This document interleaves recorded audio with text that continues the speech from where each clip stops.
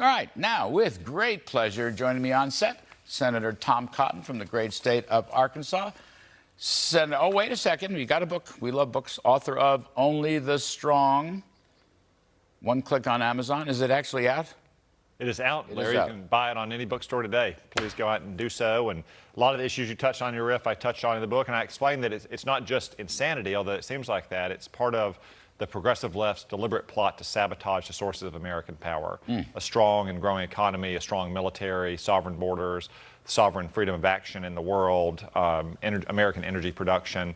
The progressive left, going back 100 years, and to very much include today's, BLM riders or the Squad or the 1619 Project types, are at best ambivalent about America, and therefore they're hostile to the sources of American power. Yes, there's no America first with that crowd, ever. No America first. Let me just come back. We were part of the group at lunch today with you. You spoke very eloquently, and I think you illuminated a lot of important issues. I have a certain wise-ass sense of humor. I get that. And I compare Kamala Harris with Jay Powell.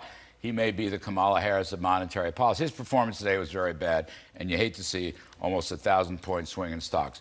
But, the trouble here from day one has been Fed overspending. That is federal government, Biden overspending, which was monetized by the Federal Reserve. And so inflation is the #1 issue, plus their war against fossil fuels. I want to just ask you, is there an end to this in sight? If the cavalry comes, will this be ended? Yeah, there is an end to it when we win the election next week, Larry. Inflation is too much money chasing too few goods. And the Democrats have created this inflation coming and going. First off, they spent trillions of dollars that we don't have and that our economy didn't need as it was recovering early last year from Democratic shutdowns. Larry Summers at the time said so. Second, they've also constricted supply, especially when it comes to American energy, oil and gas and coal, because energy inflation is the worst kind of inflation. It affects everything we do, not just the gas you put in your tank to get to work, but the food you buy, the clothes you buy, products for your homes, this is businesses that need to power. Refined petroleum importance Absolutely. to ordinary folks, sitting around kitchen tables. They don't understand that. You do away with fossil fuels, you're going to do away with hundreds of things. The glasses on your face, the pen in your hand, the shoes we wear.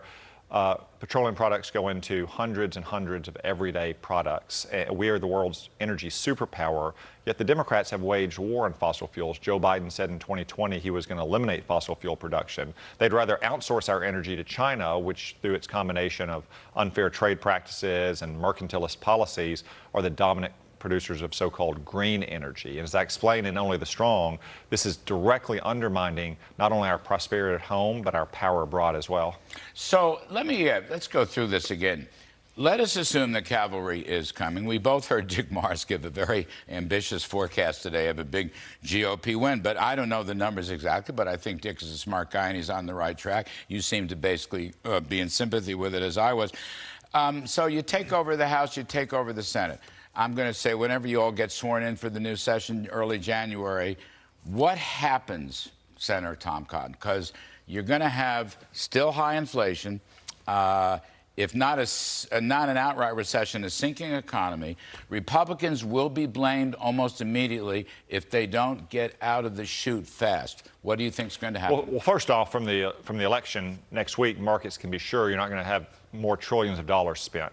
But second, once we take office in January, I think we should focus on American energy production because it is so vital to our economy. But also you have a lot of Democrats who will face the voters in 2024 from states who depend on fossil fuel production in West Virginia, Pennsylvania, Ohio, and Montana. So I hope we could find at least a few Democrats who would recognize that even if they don't prefer it as a policy solution, as a political shield, they need to side with us in January. Take the handcuffs off. John Hoeven's always said, take the handcuffs off on gas, take the handcuffs off refined petroleum products. What happens?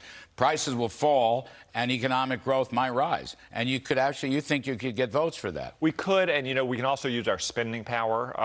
In 2015, when I was new to the Senate, we had just won back the Senate after 6 years of Obama having a Democratic Senate. We were able to use spending bills to lift the ban on oil exports, for instance. That created many more markets around the world for America's oil and gas producers. So maybe we'll be able to use our spending power to get some favorable changes to oil and gas practices in the country as well. I think you put your best foot forward then. I think you'd be making a clear statement. Also, you would be dealing with the ills of the economy. So you figure your colleagues saying the same thing?